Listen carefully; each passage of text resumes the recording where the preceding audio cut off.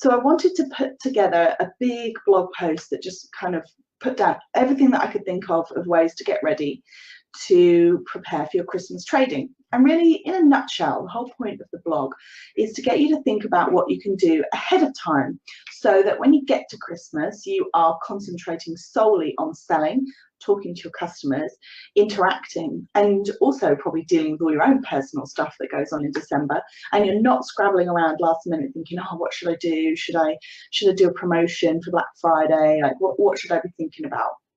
You want to try and get as much of that thinking done ahead of time so that you run it a bit more smoothly, so that it kind of, you flow throughout the year what you want to do, and then you get into the peak selling period and you are just focused. I'm not going to say calm and relaxed, maybe that's not quite the right term, but at least you kind of feeling more in control and like you have a plan set out for yourself. And I think it's just a really common something that really helps with a lot of situations in business, if you can try and think about things ahead of time, so that when you're in the sort of heat of the moment and the busier time of the year, you don't get caught up, and when your emotions are running high and you're tired anyway, you kind of think, oh my goodness, I'm just going to take 50% off everything, or any of those kind of knee-jerk reactions. So this way you're planning it all out so it just runs like clockwork, and you can just focus on the important thing, which is selling, dispatching, delighting your customers, making them feel really great, so that when it comes to the new year, then you're top of mind for them because they had such a great experience during Christmas. So what am I going to talk about today? Well, I'm going to talk to you specifically about one element of getting ready for Christmas. I'm going to do this over a couple of sessions because it's such a big topic. I can't really cram it all into one Facebook Live. So I'm going to do it next week as well. I'm going to talk a bit specifically about marketing, but this week I wanted to talk to you about your Christmas range. And what do I mean by that? Well, quite simply, it's looking at the products that you sell and deciding which are the ones that you're going to really focus on for Christmas. So, for example, you might have a selection of a subsection of your products that would be great for stocking stuffers. So you want to think about, right, okay, so this particular section, they are lower price point, they're great gifting items.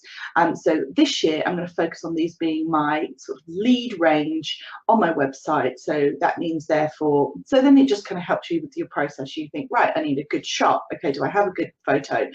Am I happy with the way the description is? Can I talk about it in a slightly different way?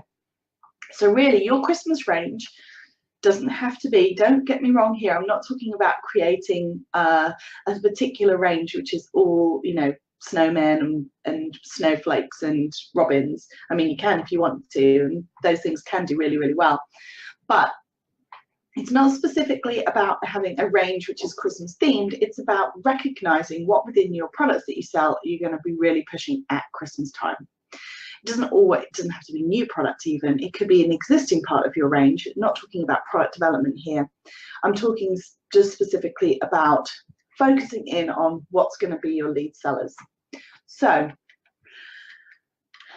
if you leave it to the last minute, you can run into problems such as you've not backed them enough, you've not bought enough stock, you don't have the correct photography, as I just mentioned, and it just generally, again, kind of gives you that last minute panic. Ideally, you'd have been doing this work a little bit earlier in the year, and I know that some of you who are makers have already talked about how you're stockpiling your stock for Christmas over the summer, which is a great way of doing it. But if you've not done that, then don't panic, it's not too late yet. You just want to start that process now. So very simply, look at your product list, go through it, and think about, again, as I always say, put yourself in your customer's shoes. So at Christmas time, which of your products in particular are going to be really appealing? So for example, if you have a clothing range, you may find that at Christmas time, what sells really well? Well, probably accessories, because they're not sized, you don't have to worry about that. Jewelry is always good for Christmas gifting, and particularly things like jumpers. I mean, you can think about it from your own life. You know, you're not as likely to try and give a friend a dress, for example, for Christmas, unless you know them really, really well. You know exactly what style they like, and you know exactly what size is going to fit them. So people don't tend to give gifts of really fit critical items. If you have got homewares, store, you may again want to focus on what are you going to be your key sort of stocking stuffers, what can you offer them if you've got like a range of, I don't know, toiletries or something like that that's under a £10 price point or under, say, £15, then you may say, right, that's going to be my kind of hero. Well, it will be your focus products for Christmas.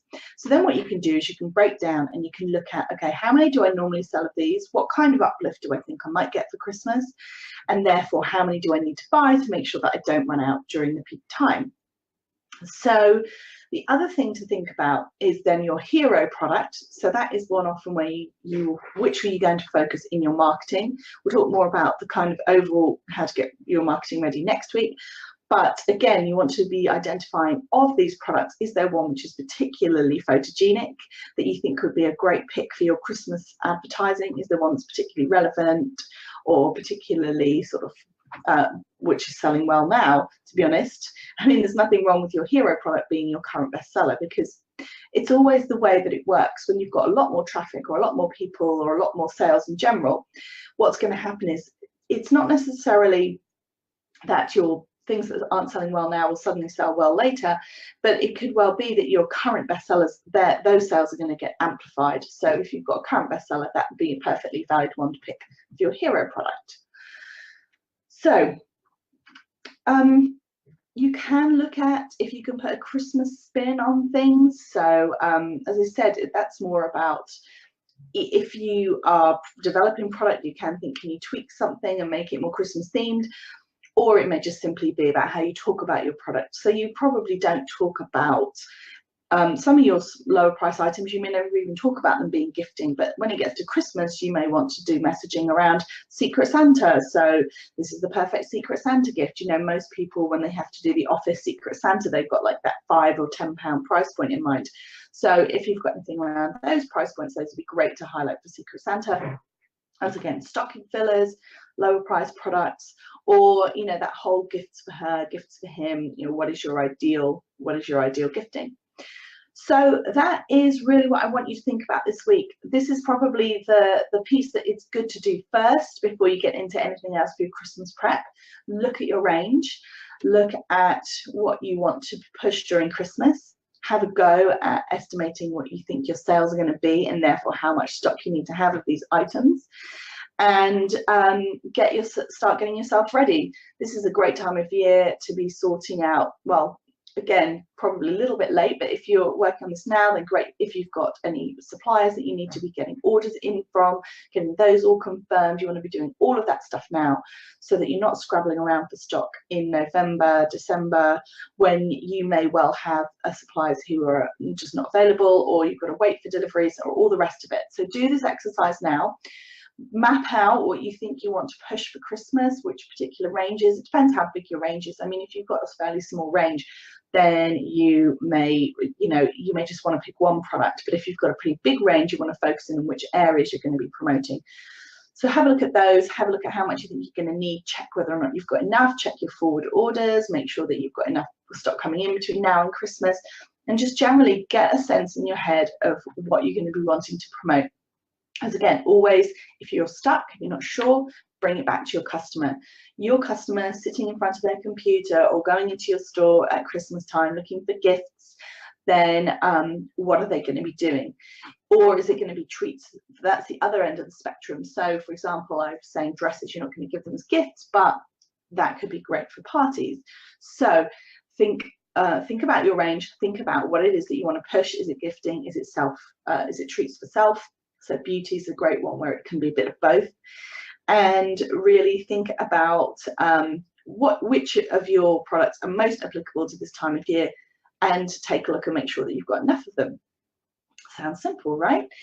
So I'd love to hear below if you've had a look, if you've done this exercise in your own business, how that turned out for you. So do please drop into the group, tell us what you are working on.